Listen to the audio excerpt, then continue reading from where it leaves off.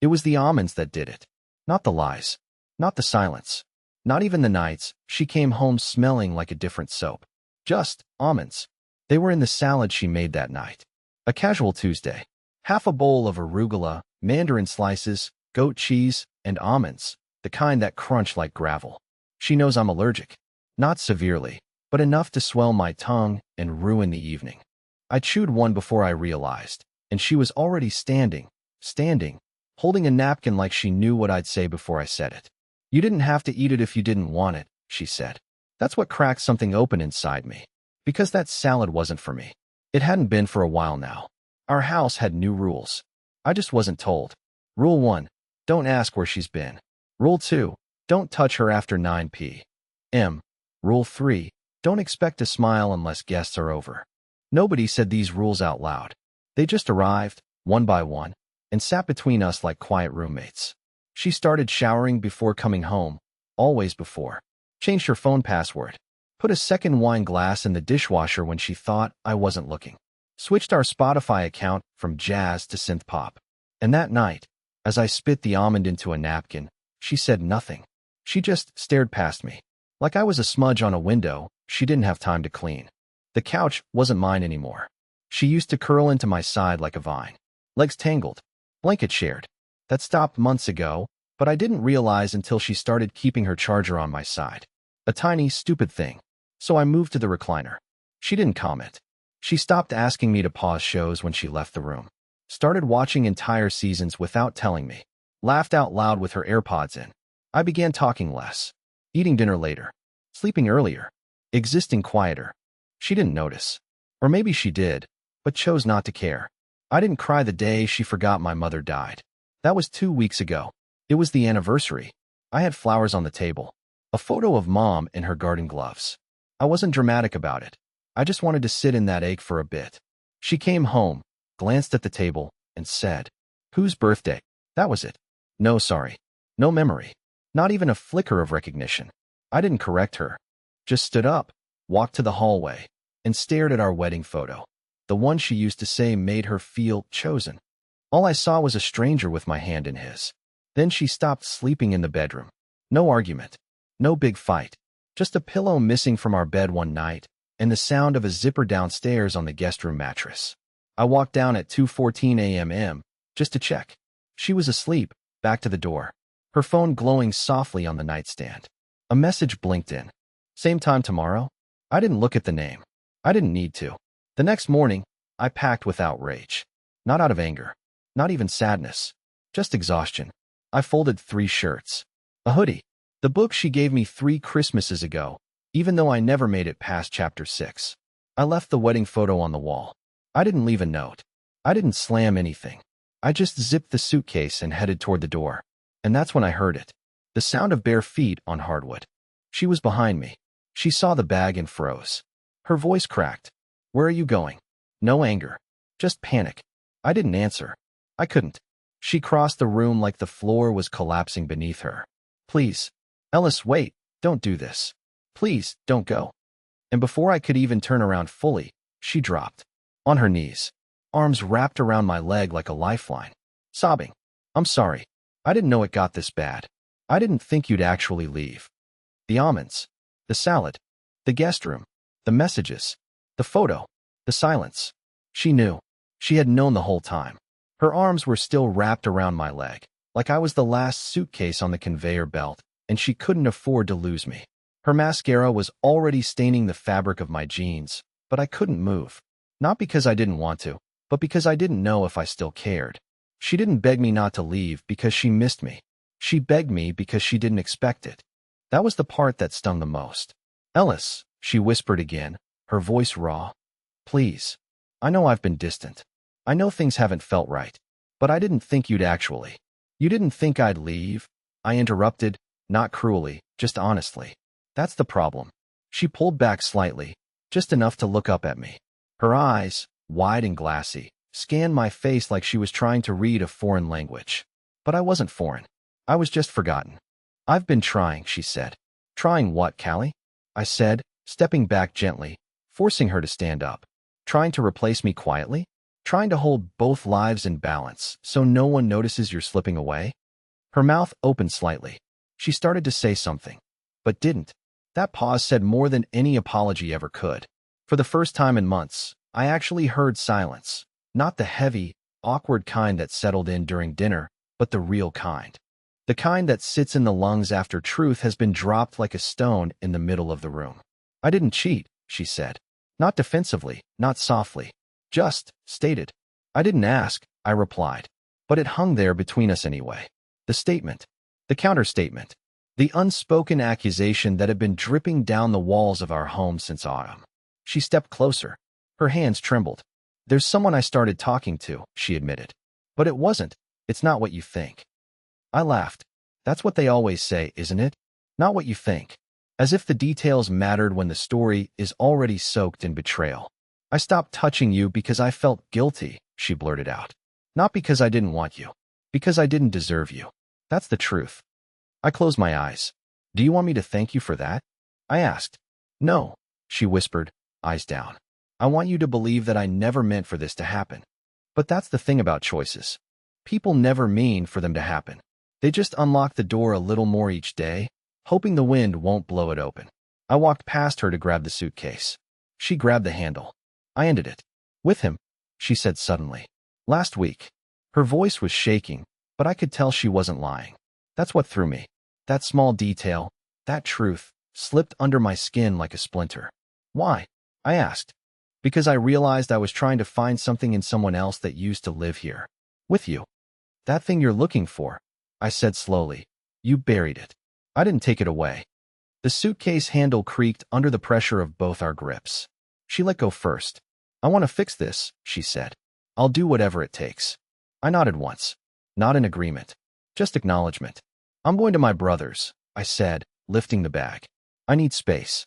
And I think you do too. But if you're serious about fixing this, then you'll start by being honest with yourself first, before you try to be honest with me. She stood there as I walked to the door, barefoot and silent. I didn't look back. But right as I opened the door, she said something I didn't expect. There's something I didn't tell you, she called out. I turned halfway. She bit her lip and hesitated. Then, again, she started to say something. And didn't. It was raining by the time I reached my brother's place. That wasn't poetic, just cold. Uncomfortable. I hadn't brought a jacket. Only the hoodie that still smelled like her perfume. I sat in the car for a while before going inside, fingers tight on the steering wheel, watching drops race each other down the windshield like they were trying to get away from something too. Everything felt wrong, like I had torn a page out of a book mid-sentence and now couldn't remember what came before it. Micah didn't ask too many questions. He's younger than me by 4 years, but has always been sharper in ways that matter. He handed me a beer, pointed to the pull-out couch, and said, "Take what you need. Bathroom's down the hall. Don't text her tonight." That was it, and I was grateful for it. That night, I didn't sleep. I kept replaying her voice in my head, not what she said, but what she didn't.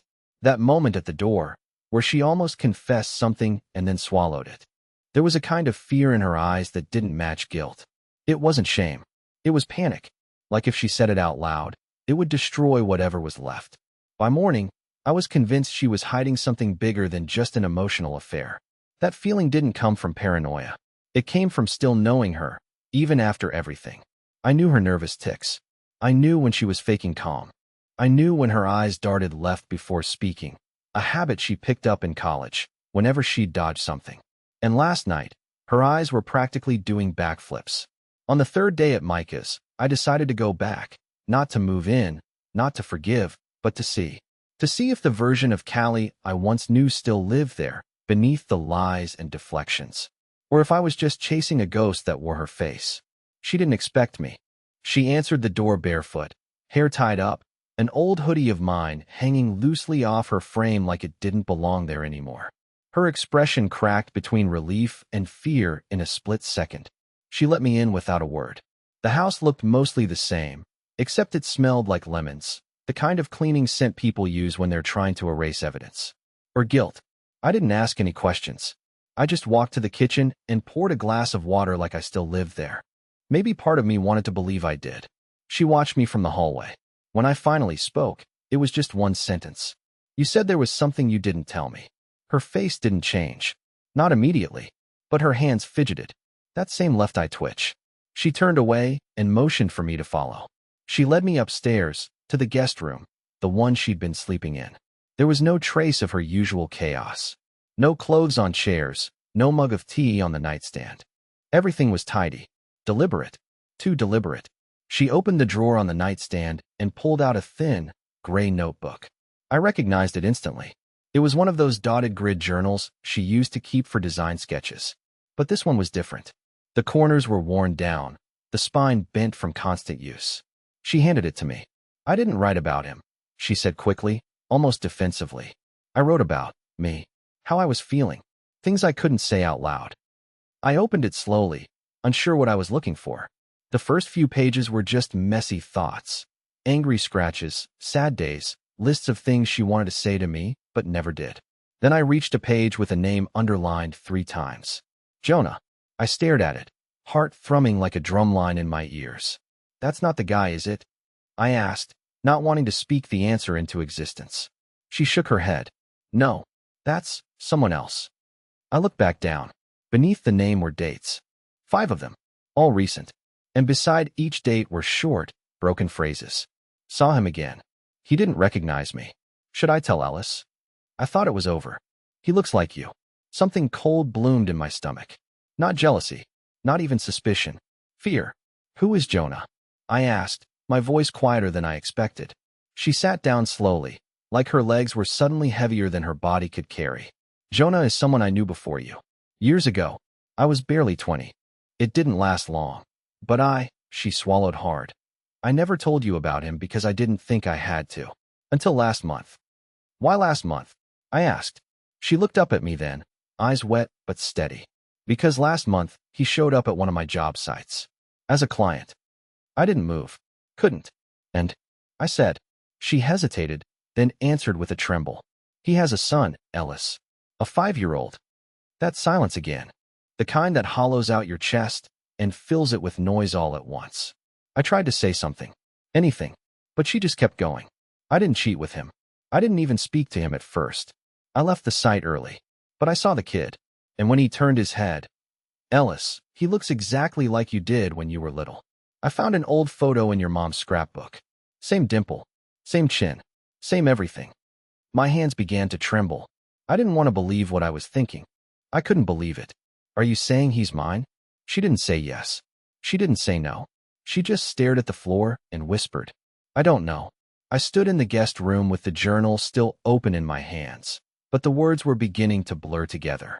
The name, the dates, the notes about the boy, all of it felt like an out-of-body experience, like reading a stranger's nightmare instead of my own life. Callie was sitting on the edge of the bed, her shoulders hunched, fingers clasped so tightly her knuckles had gone white. I could hear the rain on the roof and the faint hum of a neighbor's lawnmower, 2 normal sounds that only made the scene feel more unreal. I asked her again, slower this time. Are you telling me there's a possibility this boy is mine? She flinched at the word possibility.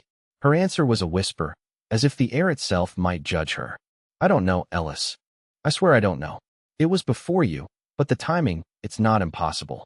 She looked up at me then, eyes bloodshot. I tried to pretend it didn't matter, that he was just another client. But when I saw the kid's face, she trailed off and buried her face in her hands. A cold, almost clinical part of me started running math. 5 years. Our timeline. The time she said she'd been traveling. She had always said she'd spent that period visiting her sister in Oregon. I never questioned it. Why would I? But now all those memories felt like puzzle pieces thrown on the floor, some flipped over, some missing edges, all of them mocking me. I wanted to scream at her, but instead my voice came out low and steady. You understand what you've done to me, right? You understand how many nights I've been lying awake thinking I was crazy for doubting you? And now you drop this on me. She looked up, shaking her head rapidly. I didn't drop it on you to hurt you. I'm telling you now because Jonah contacted me again yesterday. That name again. It was like a blade scraping bone. What did he want? I asked. She hesitated. He wants a DNA test. I actually laughed, a sharp, humorless sound that startled even me. He wants a DNA test? For what?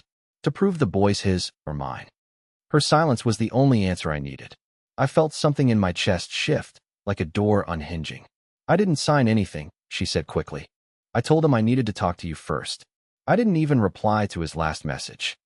The room seemed to tilt. So you've been carrying this for weeks, I said, acting like I was the problem, while you've been hiding a child that could be mine? Her lips parted, but no sound came out. She was crying again, but this time she didn't move closer. She stayed on the bed as if there were a moat between us. I never wanted to hurt you, she said finally. I thought if I ignored it, it would go away. I thought we could just go back to normal. I walked to the window, staring at the driveway below, where my car still sat with the suitcase inside. The rain had stopped. The world looked washed clean, but I felt coated in grime. Normal is gone, I said quietly. Whatever this is, it's bigger than you and me. I turned back to her. We're doing the test. We're going to find out the truth. Her face flickered with something. Relief? Fear? Both? Okay, she said. I'll arrange it. No, I cut her off. I'll arrange it. I don't trust you to. For a second, she looked like she wanted to argue, but then she just nodded and whispered, fine. I left the room without another word. In the hallway, I caught a glimpse of the green glass jar on the shelf downstairs. It was still empty, but for a moment I imagined it filling with scraps of paper, each one carrying a secret she'd kept from me. It would overflow by now. I didn't leave the house that night. Instead, I sat in the dark living room until the sun came up, thinking about a boy I'd never met who might carry my blood, and a woman across the hall who might not be the person I thought she was at all. When Callie finally came downstairs at dawn, her face pale and eyes hollow, she held out her phone to me. On the screen was an unread email from Jonah with a single sentence in the preview. He's asking about you. I didn't answer the email. Not right away, at least. I stared at it for over an hour, rereading that one sentence over and over. He's asking about you. What was I supposed to do with that?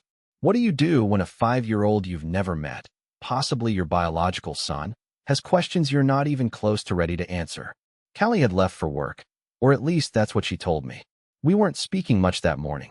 There was no kiss goodbye, no checking in, no mention of the DNA test I was already arranging. Just the soft click of the front door and the lingering scent of her shampoo in the hallway. I didn't want to see Jonah. I didn't want to hear his voice or look into the eyes of a man who might have had a son with my wife before she was ever my wife, and never told me. But I needed answers. Not the kind Callie offered, full of hesitation and filtered truths. I needed to see the face behind the name. So I emailed him back. I didn't use Callie's account. I found his contact, wrote from my own, and kept it simple. Tomorrow, 10 a.m. Cafe Ren. Don't bring him. That was it. No explanation. No emotion. Just the bare minimum. He replied within minutes with one word. Okay. I didn't sleep that night. Not because of nerves, because of pressure. My body felt like it was vibrating from the inside out.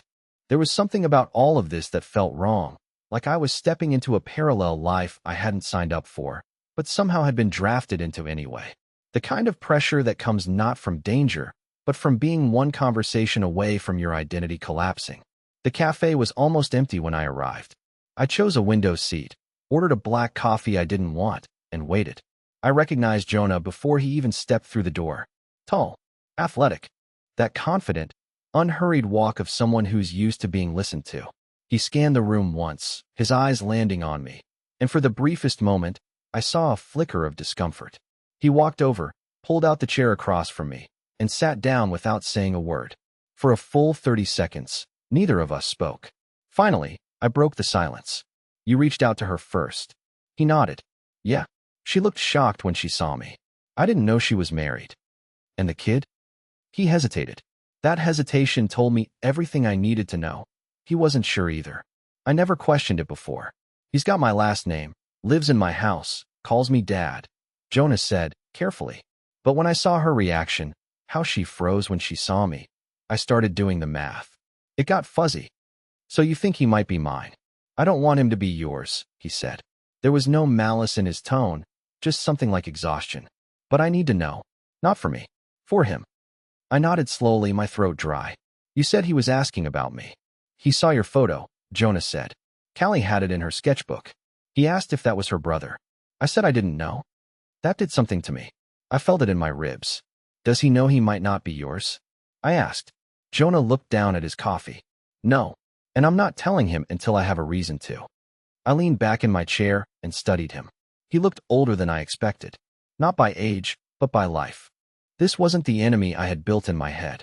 He looked as wrecked as I felt. You still love her? I asked without thinking. His expression didn't change. Does it matter? Maybe. He took a deep breath. I loved the version of her I met back then. But people change. Or reveal themselves, I said. He smirked. Yeah, that too. I reached into my jacket and handed him the sealed DNA test kit I had picked up that morning. You'll need to swab him. I'll drop off mine today. Results take about a week. He looked at it, nodded, and placed it in his coat without another word. Then came the part one didn't expect. Jonah leaned forward, his voice low. You should check under the dresser in her studio. I frowned. What? He stood up and dropped a few bills on the table. I'm not trying to screw with you. But if you're already unraveling the story, you might as well see the whole thread. And with that, he walked out. No goodbye, no handshake.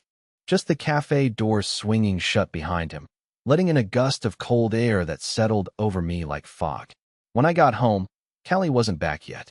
Her studio was still locked, but I knew where she kept the spare key. I opened the door slowly, letting the scent of cedar and turpentine drift out. It was quiet. Too quiet. Like it was holding its breath. I walked over to the white-painted dresser in the corner, the one with uneven legs that rocked if you pulled too hard. I got on my knees, reached underneath, and my fingers touched paper. Not a journal. Not a sketch. A letter. It was in an unmarked envelope. Folded once. I opened it, heart pounding so hard I could barely hear myself think.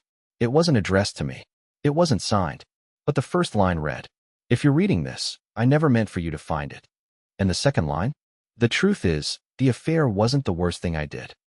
I sat cross-legged on the studio floor for a long time before I unfolded the letter. The room felt like a crime scene. Sunlight spilling across the canvases leaning against the wall, dust floating in a thin line through the air, every detail too sharp. My hands shook so badly the paper made a faint, nervous rustling sound that seemed louder than the ticking clock above the door. I had no idea how long the envelope had been under the dresser. Weeks? Months? Years? The handwriting wasn't Callie's everyday neat script. It was slanted, almost frantic, like someone trying to write faster than their own thoughts. The first line, If you're reading this, I never meant for you to find it, made my stomach lurch.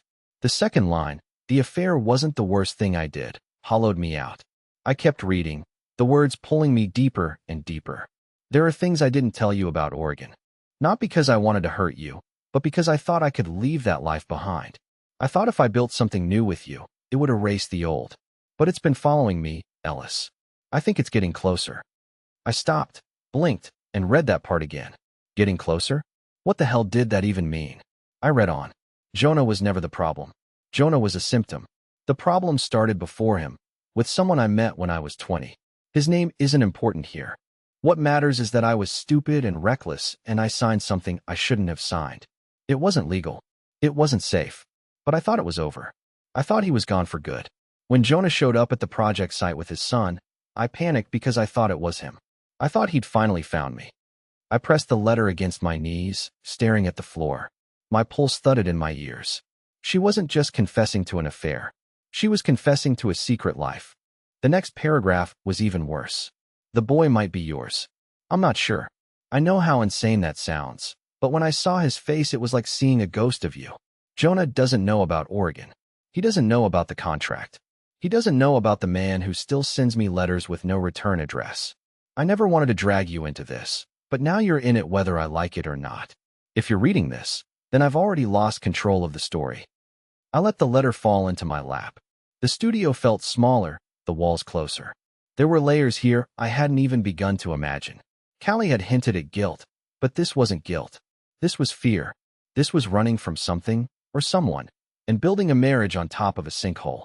I stood up and began to pace, still holding the paper. The canvases on the walls stared back at me. Abstract smears of green and gray, jagged brush strokes that I'd always assumed were design exercises. But now, looking at them, I saw a pattern, a silhouette of a tall man with no face, repeated again and again. Had she been painting him all this time? I went to the dresser and reached under again. My fingers touched another envelope.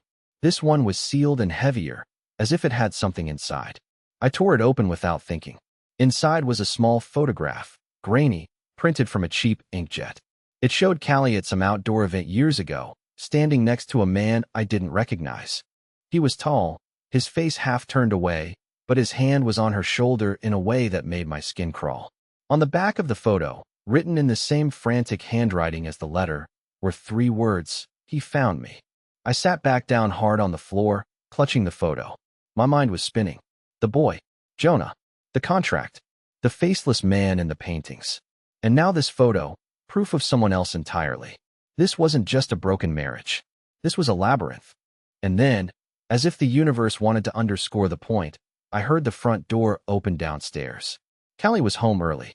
I didn't even have time to hide the letter before her footsteps reached the bottom of the stairs. I shoved the photograph into my pocket, folded the letter once, and held it loosely, staring at the door as her footsteps grew louder. My heart was hammering so hard I thought it might give me away. She paused outside the studio. I could see the shadow of her feet under the door. "Ellis," she called softly. "Are you in there?" I didn't answer. The knob turned slowly. The door opened slowly, and there she was. Callie stood in the frame like someone arriving late to her own funeral, one hand still on the knob, the other gripping her phone as if it might save her. Her face was unreadable at first. Then it cracked. Confusion, recognition, dread, a flicker of all 3 in the space of a breath as her eyes locked on the letter in my hand. "I told you not to go through my things," she said quietly, but there was no anger in her voice, only defeat. She stepped inside, and I could hear her shoes creak against the hardwood like the floor itself didn't want to hold her weight anymore. "I wasn't looking for anything," I replied, keeping my tone flat, cold. "I was following breadcrumbs. You didn't leave a trail, Callie. You left landmines."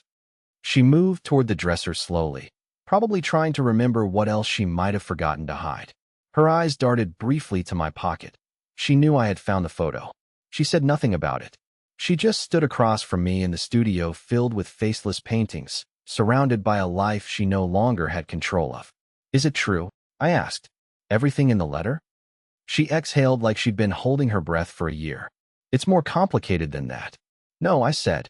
"It's really not. You ran from something. You changed your name, didn't you? That's why there's no trace of you before you turned 23. You told me your records were lost in a data breach. But that was just a cover." She nodded slowly, eyes glassy now. "Yes, I changed it. I had to." "Who is he?" I asked. "The man in the photo. Who is he?" Callie sat down in the same spot on the bed where she had cried days ago. She didn't speak at first. Her fingers moved to the hem of her sleeve and twisted the fabric tight around her thumb like she was bracing herself for impact. "His name was Levi. He was my professor, my first real mentor in design. I met him when I was 20, and I thought he saw me. Like really saw me. But it wasn't mentorship. It was obsession." She paused, voice shaking. "He got into my head. At first it was emotional, control, gaslighting, manipulation. Then it became physical. I tried to leave, and he threatened to ruin me. Said he'd erase my future if I ever spoke about him to anyone." My stomach churned. I believed her. It didn't feel rehearsed. It wasn't the voice of someone selling a lie. It was the voice of someone peeling open a scar she'd stapled shut. "So what did you sign?" I asked. "You said there was a contract." She nodded again, slower this time. "He ran a fake design firm. It was a shell company, but it looked legitimate. He offered me a partnership agreement when I tried to leave, told me if I signed, he'd sever ties, no drama. I was scared. I signed it. I didn't know it also gave him the legal right to publish my work under his name for 5 years. He profited off me, my projects, even after I left." "Did you report him?" "To who?" "My parents didn't believe me. My friends thought I was being dramatic. And I didn't have the money to fight him in court. He said if I tried, he'd release private things, messages, photos of things I don't even remember sending." "And then you ran." She nodded. "Changed my name. Moved states. Buried it all." I didn't know what to say. I didn't know what I could say. Everything I had been angry about, the silence, the paranoia, the journal entries, now floated in the air like ash from a fire I hadn't even known was burning. "He found me last year," she added, barely above a whisper. "I got a letter in the mail. No return address. Just one line. I still have everything. So you never told me. You let me think Jonah was the big secret." Because Jonah was safe to confess. This wasn't. I didn't want you to look at me like I was broken. I didn't want to pull you into this. I'm your husband, I snapped. I was already in it. You just didn't trust me enough to say it. She looked away. That's when I pulled the photo from my pocket. And this? What the hell is this? She winced at the sight of it. That was the last time I ever saw him in person. He showed up at a design showcase. He pretended nothing had ever happened. He put his hand on me like we were still connected. Why keep it? She hesitated. Because I thought maybe if I had proof, I could one day use it. In case it ever got worse. It is worse, Callie. You think this is just going to stay in the past? You think he's done? You said in the letter he was getting closer. Her face paled. He's here, she said. In town. I saw him 2 weeks ago, across the street from the job site. I told myself I imagined it, but then he sent another letter. He knows where we live. That changed everything. I stood still, but my body screamed to move, to run, to do something. Have you gone to the police? I can't prove anything. There's no crime. He hasn't touched me. He hasn't threatened me directly. It's just presence. Shadow. Silence filled the room again. I wanted to hate her. For the lies. For the secrecy. But fear was fear. And whatever else she had done, she hadn't invented this. My voice was low when I asked, why didn't you tell me all this sooner? She looked up at me, her voice cracking one last time. Because I didn't know how to tell the man I love that the worst part of my story started before he ever met me. And for once, I had no answer. Just a room full of paintings, a photo of a man who shouldn't exist, and the slow realization that I might not be angry anymore. Just deeply, utterly lost. The DNA results arrived on a Thursday, mid-afternoon, unceremonious. An email with a PDF attachment, subject line plain as a library receipt. Your test results are ready. I had the laptop open on the kitchen table, half a mug of cold tea beside it, the house silent except for the occasional creak of old wood in the walls. Callie was upstairs, painting. She hadn't touched a brush in a week, not since our conversation in the studio. But that morning, she had woken up early and simply said, I need to try again.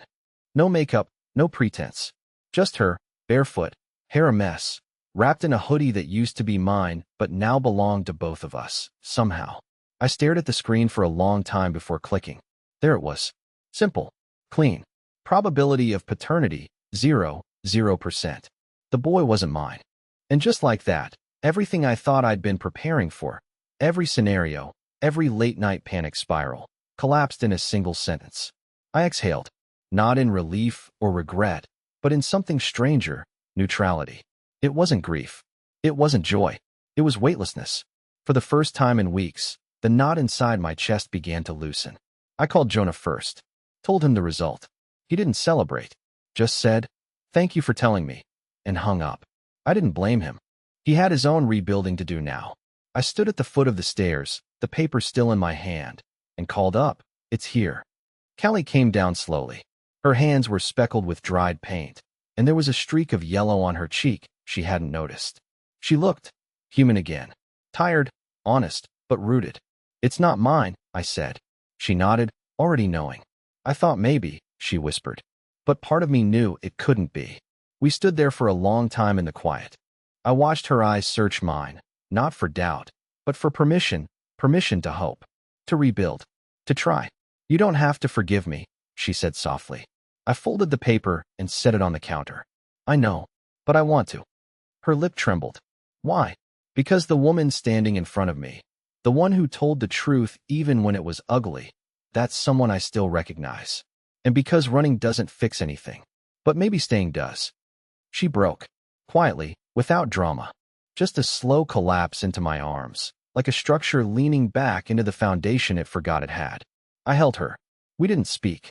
There wasn't anything left to say. That weekend, we drove north, left our phones behind, rented a small cabin by a lake where the only sound was water moving against the dock and the occasional cry of geese overhead. We didn't talk about Oregon, or Jonah, or Levi, not because we were avoiding it, but because we'd finally stopped bleeding.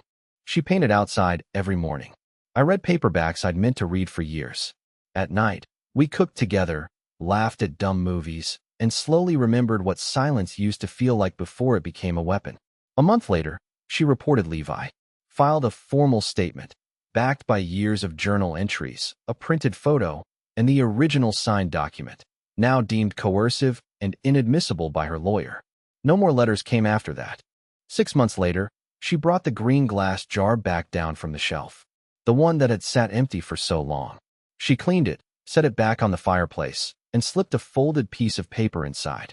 When I opened it later, it read, "Thank you for staying, even when I didn't think I was worth being stayed for." I added one of my own the next morning. "You are. You always were. You just forgot for a while." We never filled the jar the way we used to, with coupons and corny love notes. But we kept writing. When one of us had something hard to say and couldn't find the words, we'd write it down and leave it in the jar. A silent truce. A signal of faith. We never needed a perfect marriage. We just needed an honest one.